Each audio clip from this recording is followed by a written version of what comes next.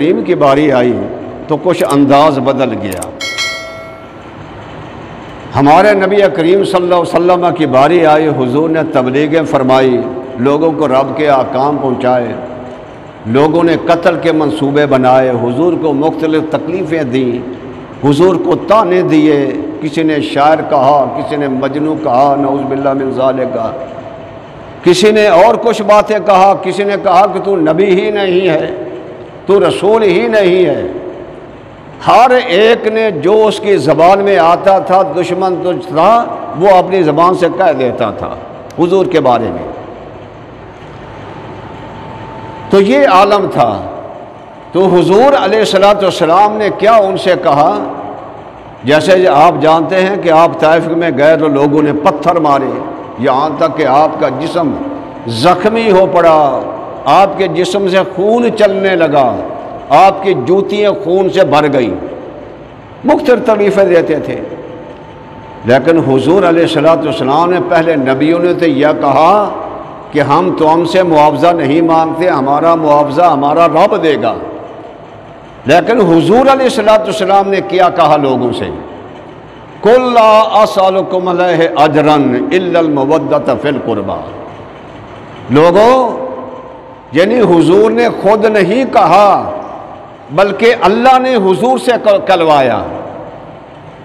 یعنی پہلے نبیوں نے تو خود کہا تھا کہ ہم تم سے سوال نہیں مانگتے، کوئی اجر نہیں مانگتے، ہمارا اجر ہمارا رب دے گا، سب نبیوں نے خود کہا۔ لیکن جب حضور علیہ السلام کی باری آئے تو رب نے حضور سے کلوایا۔ قُلْ لَا أَسْأَلُكُمْ، اے محبوب کہہ دیجئے، ان کو سنا دیجئے، بتا دیجئے، لا أَسْأَلُكُمْ عَلَيْهِ أَجْرًا، میں تم سے کوئی اجر نہیں مانگتا، کوئی معاوضہ نہیں مانگتا، کوئی بدلہ، کوئی سرداری، کوئی جائیداد، کوئی تنخواہ، کوئی معاوضہ، کچھ نہیں مانگتا، سونا چاندی کا سوال تم سے نہیں کرتا۔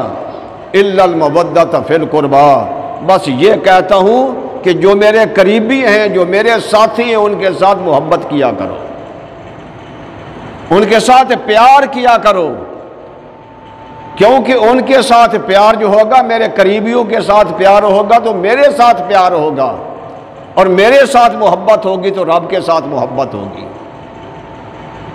یہ رب نے کلوایا۔ دیکھیں جیسے قرآن مجید میں آتا ہے، قُلْ إِن كُنتُمْ تُحِبُّونَ اللَّهَ فَاتَّبِعُونِي يُحْبِبْكُمُ اللَّهُ وَيَغْفِرْ لَكُمْ ذُنُوبَكُمْ وَاللَّهُ غَفُورٌ رَحِيمٌ۔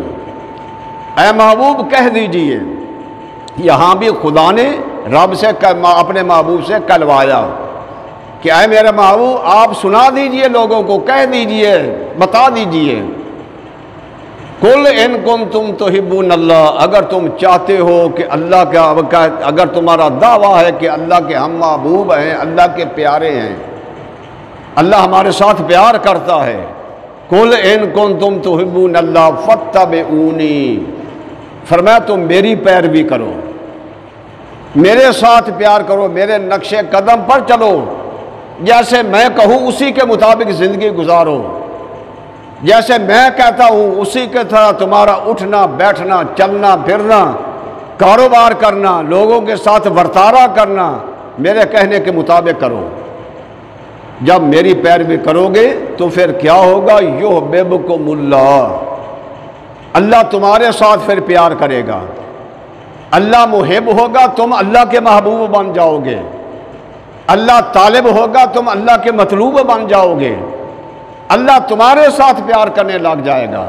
یحببکم اللہ ویغفر لکم ذنوبکم، اللہ تمہارے گناہوں کو بھی معاف فرما دے گا، جتنے بھی جب تم میری پیروی کرو گے تو خدا تمہاری مغفرت کر دے گا، تمہارے گناہوں کو معاف کر دے گا۔ صرف بات کیا ہے؟ میری پیروی کرنا، میرے نقش قدم پر چلنا، میرے فرمانوں کو اپنانا، اس پر اللہ تمہارے محبوب بنا لے گا۔ اب حضور کی پیروی کرنا فرض ہے ہر مسلمان پر، جو بھی کلمہ گو ہے، نبی کا امتی ہے، اس پر نبی کی پیروی کرنا، حضور کے فرمانوں کو اپنانا، حضور کے فرمانوں کے مطابق چلنا، یہ فرض میں سے ہے، کیونکہ نبی ہی کی پیروی سے رب کی محبت ملتی ہے، نبی ہی کی پیروی سے رب خوش ہوتا ہے، نبی ہی کے کہنے کے مطابق چلنے سے انسان کو جنت اور جنت کی نعمتیں حاصل ہوتی ہیں۔